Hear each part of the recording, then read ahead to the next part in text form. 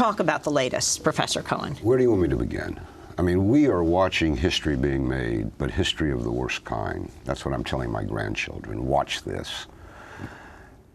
What's happening there, let's take the big picture, then we can go to the small picture. The big picture is people are dying in the streets every day. The number 50 is certainly too few. They're still finding bodies. Ukraine is splitting apart down the middle because Ukraine is not one country, contrary to what the American media, which speaks about the Ukraine and the Ukrainian people. Historically, ethnically, religiously, culturally, politically, economically, it's two countries. One half wants to stay close to Russia, the other wants to go west. We now have reliable reports that the anti-government forces in the streets, and there's some very nasty people among them, are seizing weapons in western Ukrainian military bases. So we have clearly the possibility of a civil war. And the longer-term outcome may be, and I want to emphasize this because nobody in the United States seems to want to pay attention to it, the outcome may be the construction, the emergence of a new Cold War divide between West and East, not this time, as it was for our generation, in faraway Berlin, but right on the borders of Russia, right through the heart of Slavic civilization. And if that happens, if that's the new Cold War divide, it's permanent instability and permanent potential for real war for decades to come. That's what's at stake. One last point, also something that nobody in this country wants to talk about. The Western authorities, who bear some responsibility for what's happened, and who therefore also have blood on their hands, are taking no responsibility. They're uttering utterly banal statements which, because of their vacuous nature, are encouraging and rationalizing the people in Ukraine who are throwing Molotov cocktails, now have weapons, are shooting at police. We wouldn't permit that in any Western capital, no matter how righteous the cause. But it's being condoned by the European Union and Washington as events unfold. And when you say the Western countries who bear some responsibility, in what sense do they bear responsibility? I mean, clearly there's been an effort by the United States and Europe ever since the collapse of the Soviet Union to pull the former Soviet states into their economic sphere. But is that the way you're talking about it? I mean that. I mean that Moscow, look at it through Moscow's eyes. Since the Clinton administration, the 1990s, the U.S.-led West has been on a steady march toward post-Soviet Russia. Began with the expansion of NATO in the 1990s under Clinton. Bush then further expanded NATO all the way to Russia's borders. Then came the funding of what are euphemistically called NGOs, but they are political action groups funded by the West operating inside Russia. Then came the decision to build missile defense installations along Russia's borders, allegedly against Iran, a country which has neither nuclear weapons nor any missiles to deliver them with. Then comes American military outpost in the former Soviet Republic of Georgia, which led to the war of 2008, and now the West is at the gates of Ukraine. So that's the picture as Moscow sees it. And it's rational, it's reasonable, it's hard to deny. But as for the immediate crisis, let's ask ourselves this. Who precipitated this crisis? The American media says it was Putin and the very bad, though democratically elected, president of Ukraine, Yanukovych. But it was the European Union, backed by Washington, that said in November to the democratically elected president of a profoundly divided country, Ukraine, you must choose between Europe and Russia. That was an ultimatum to Yanukovych. Remember, wasn't reported here, at that moment, what did the much despised Putin say? He said, why? Why does Ukraine have to choose? We are prepared to help Ukraine avoid economic collapse, along with you, the West. Let's make it a tripartite package to Ukraine. And it was rejected in Washington and in Brussels. That precipitated the protests in the streets. And since then, the dynamic that any of us who have ever witnessed these kinds of struggles in the streets unfolded as extremists have taken control of the movement from the so-called moderate Ukrainian leaders. I mean, the moderate Ukrainian leaders with whom the Western foreign ministers are traveling to Kiev to talk, and they've lost control of the situation. By the way, people ask, excuse me, is it a revolution? Is it a revolution? A much abused word. But one sign of a revolution is the first victims of revolution are the moderates. And then it becomes a struggle between the extreme forces on either side. And that's what we're witnessing. Let's go to the Ukrainian opposition leader, Arseniy Yatsenyuk, who admitted earlier today the opposition does not have full control of protesters in Independence Square. The only chance to do it is to stop the riot police, to stop the protesters, to impose a DMZ, like demilitarized zone, and to move this conflict from the streets to the parliament. Parts of the protesters are out of control. No one, I would be very frank, that the government doesn't control the riot police, and it's very difficult for the opposition to control Maidan, and there are a number of forces who are uncontrolled. So Ukraine this is the truth. Now. Ukraine is in a big mess. That's Ukrainian opposition leader Arseniy Yatsenyuk. Professor Cohen. A moderate. Who wants to be president? Let's go to President Obama. He's in Mexico for the big Mexico-Canada-U.S. summit, talking about Ukraine. With regard to Ukraine, along with our European partners, we will continue to engage all sides. And we continue to stress to President Yanukovych and the Ukrainian government that they have the primary responsibility to prevent the kind of terrible violence that we've seen, to withdraw riot police, to work with the opposition to restore security and human dignity and move the country forward. And this includes progress towards a multi-party technical government that can work with the international community on a support package and adopt reforms necessary for free and fair elections next year. Ukrainians are a proud and resilient people who've overcome extraordinary challenges in their history, and that's a pride and strength that I hope they draw on now. That's President Obama in Mexico, Professor Cohen. What are you asking me to comment on? Your response to his response. response. What he just said, shame. Shame. He is saying that the responsibility for restoring peace is on the Ukrainian government, and it should withdraw its security forces from the streets. But let me ask you, if in Washington, people throwing Molotov cocktails are marching on Congress, and these people are headed for the Ukrainian Congress, if these people have barricaded entrance to the White House and are throwing rocks at the White House security guard, would President Obama withdraw his security forces? This is, and do you know what this does? And let's escape partisanship here. I mean, lives are at stake. This incites these kinds of statements that Obama made.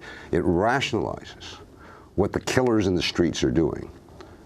It gives them Western license, because he's not saying to the people in the streets, stop this, stop shooting policemen, stop attacking government buildings, sit down and talk. And the guy you had on just before, a so-called moderate leader, what did he just tell you? We have lost control of the situation. That's what I just told you. He's just confirmed that. So what Obama needs to say is, we deplore what the people in the streets are doing when they attack the police, the law enforcement official. And we also don't like the people who are writing on buildings, Jews live here. Because these forces, these quasi-fascist forces.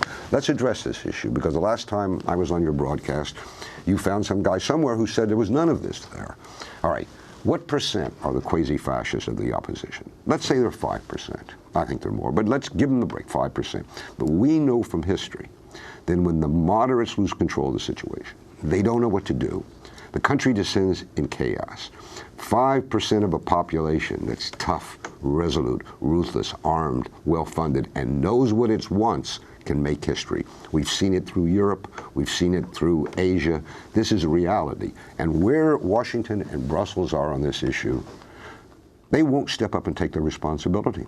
Well, even in our most recent history, whether you look at Libya or whether you look at the situation in Syria, where those presidents warned that there were extremist elements inside a broader popular movement that were eventually going to gain control. This seems like a replay in terms of what's going on here in the Ukraine, of a popular movement, but yet a very, very, as you say, right-wing movement. Not only a right-wing movement, but a fascist movement with a history. Ukraine has had a history of a fascist movement going back to the days of Nazi Germany. Let's go to real heresy. Let's ask a question. Who's been right about interpreting recent events. Let's go to the Arab Spring.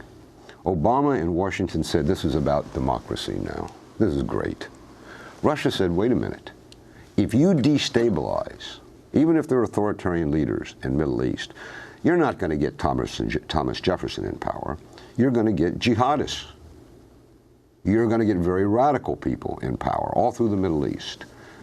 Looking back, who was right or wrong about that narrative? Have a look at Egypt. Have a look at Libya.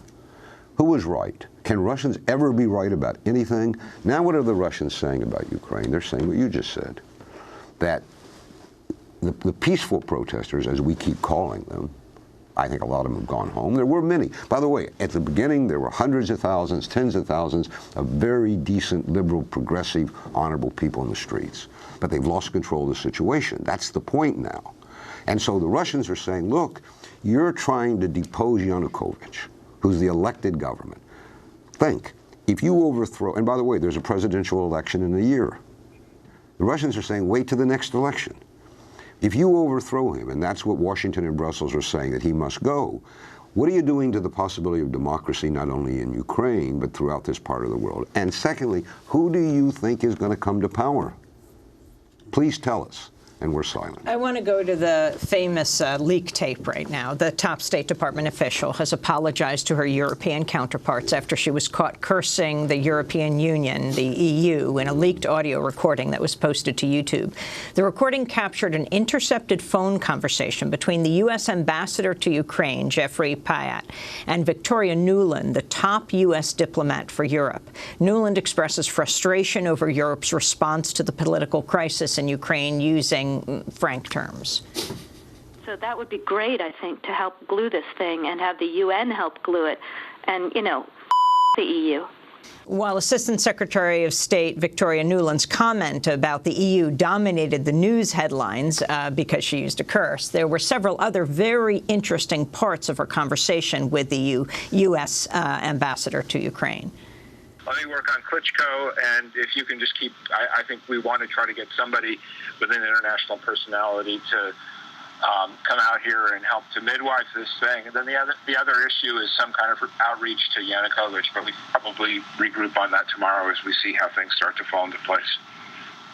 So on that piece, Jeff, when I wrote the note, Sullivan's come back to me, VFR, saying you need Biden, and I said probably tomorrow for an attaboy and to get the deeds to stick. So Biden's willing. That's the U.S. ambassador to Ukraine, Pyatt, speaking with Victoria Nuland. The significance of what she is saying. She also had gone to Ukraine and was feeding protesters on the front line. Cookies.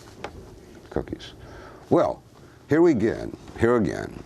The American political media establishment, including the right and the left and the center, because they're all complicit in this nonsense, focused on the two sensational, they thought, aspects of that leaked conversation. She said, F the European Union. And everybody said, oh my God, she said the word. The other thing was, who leaked it? Oh, it was the Russians. Those dirty Russians leaked this conversation. But the significance is what you just played. What are they doing? The highest-ranking State Department official, who presumably represents the Obama administration, and the American ambassador in Kiev are, to put it in blunt terms, plotting a coup d'etat against the elected president of Ukraine. Now, that said, Amy, Juan, you may say to me, neither of you would, but hypothetically, that's a good thing. We don't like this. We don't care if he was elected democratically. He's a rat. He's corrupt. And he is all those things. He is. Let's depose him. That's what the United States should do. Then the United States should stand up and say, that's what we do. We get rid of bad guys. We assassinate them and we overthrow them. But in Washington and Brussels, they lie. They're talking about democracy now. They're not talking about democracy now. They're talking about a coup now. Well, this is more from... And we American citizens should be allowed to choose which policy we want, but they conceal it from us. And I'm extremely angry that the people in this country who say they deplore this sort of thing have fallen silent. Let's listen to a little bit more of the leaked conversation between the U.S. ambassador to Ukraine, Jeffrey Pyatt, and Victoria Nuland, the top U.S. diplomat for Europe. Good. So I don't think Klitsch should go into the government. I don't think it's necessary. I don't think it's a good idea. Yeah, I mean, I guess, you think, what, in terms of him not going into the government, just let him sort of stay out and do his political homework and stuff. I'm just thinking, in terms of sort of the process moving ahead, we want to keep the moderate Democrats together. The problem is going to be Tony Book and his guys. And, I'm sure that's part of what Yanukovych is calculating on all of this. I think Yats is the guy who's got the economic experience, the governing experience. He's the guy, what he needs is Klitsch and Tony Book on the outside. He needs to be talking to them 4 times a week, I just think Klitsch going in, he's going to be at that level working for Yatsenyuk. It's just not going to work. That was Victoria Nuland, the top U.S. diplomat for Europe, speaking with Jeffrey Piat, the U.S. ambassador to the Ukraine. Stephen Cohen, this chess game that they're conducting here. But explain the names. Who is Klitsch? Yats. All right. And notice the intimacy which with the Americans deal with the 2 leading so-called moderate, and these are big shots. They both want to be president, Ukrainian opposition. Klitschko is Vitaly Klitschko, a 6'8" former. He resigned his title 2 months ago to enter politics, heavyweight champion of the world. His residence has been Germany. He pays taxes in Germany. He's a project of Merkel. He represents German interest. I'm sure he's also faithful to Ukraine, but he's got a problem. Yatsenyuk, not Yatsenyuk, but the guy she calls Yats, is the representative of the Fatherland Party. It's a big party in Parliament, but Washington likes him a lot. They think he'll be our man. So you could see what they're saying. We don't quite trust Klitschko. Now, if you want to get esoteric, that's the tug between Washington and Berlin. They're not happy with Merkel, the Chancellor of Germany. They don't like the role Merkel's playing generally. They think Germany's gotten too big for its britches. They want to cut Merkel down. So you notice Klitschko, the boxer, is Merkel's proxy, or at least she's backing him. You notice what they say. He's not ready for prime time. Let him do his homework. Now, this guy, I'm bad on Ukrainian names, Yatsenyuk, that they say has got to play a role. He's the leader of the Freedom Party, the Svoboda Party, but a large element of that party, to put it candidly, is quasi-fascist. And they're prepared to embrace this guy. This is the guy, by the way, that Senator John McCain in November or December went to Kiev and embraced. Either McCain didn't know who he was or he didn't care. The United States is prepared to embrace that guy, too. Anything to get rid of Yanukovych, because they think this is about Putin. That's all they really got on their mind. And yet here you have President Obama, again, speaking yesterday in Mexico. The United States is not to see these as some Cold War chessboard in which we're in competition with Russia. Our goal is to make sure that the people of Ukraine are able to make decisions for themselves about their future, that the people of Syria are able to make decisions without having bombs going off and killing women and children, or chemical weapons, or towns being starved because a despot wants to cling to power. Who benefits from the instability, Professor Cohen, in Ukraine, and what does it mean for Putin? Is he concerned about this? Of course he's concerned. It's right on his borders, and it's all tainting him. I mean, the Washington Post wrote an editorial yesterday. Putin is happy that the violence has broken out in the streets. Everybody understands, even the Washington Post understands, which understands almost nothing about Russia, but they got this, that during the Sochi Olympics, the last thing Putin wants is violence in Ukraine. So why is he happy about it? He deplores it. He's unhappy. He's furious at the president of Ukraine. He read him the Riot Act on the phone last night, that why doesn't he get control of the situation? What is he doing? So Putin's not responsible for this. Can we speak about Obama? Very quickly. Very quickly. I grew up in the segregated South. I voted for him twice as historical justice. That's not leadership. That's a falsification of what's happening in Ukraine. And it's making the situation worse. What he says is that we deplore the violence and call upon the Ukrainian government to withdraw its forces and stop the violence. He needs to talk about what's happening in the streets. And is it conceivable if Ukraine descends into a further civil war that Russia might intervene? It's conceivable. It's conceivable. Here, I mean, Yanukovych, you might say, as an advisor to Yanukovych, the president of Ukraine, impose martial law now because you've got bad PR in the West anyway, and you're not in control of the situation. The problem is Yanukovych isn't sure he controls the army. He just fired the head of the army. Yeah, we don't know what it means, but it indicates he's not too sure about the army. But by the way, you ask, would Russia intervene? Would NATO intervene? NATO's all over the place. NATO was in the former Soviet Republic of Georgia. Ask yourself that. Would NATO send troops in? Is that yes? You think they would? We don't know. We don't know, yeah. And we're not going to be told, just like we're not being told what's going on in these private conversations about deposing the president of Ukraine. Unless they're leaked again. Yeah, and if the Russians leak them, it doesn't count. The U.S. can hardly protest, given the whole scandal with the NSA recording conversations. They said, when this got leaked, that this is the low point in statecraft. After Snowden, I mean, what did Tennessee Williams used to say? Mendacity? Mendacity? The mendacity of it all? Don't they trust us, our government, to tell us a little bit of the truth at last?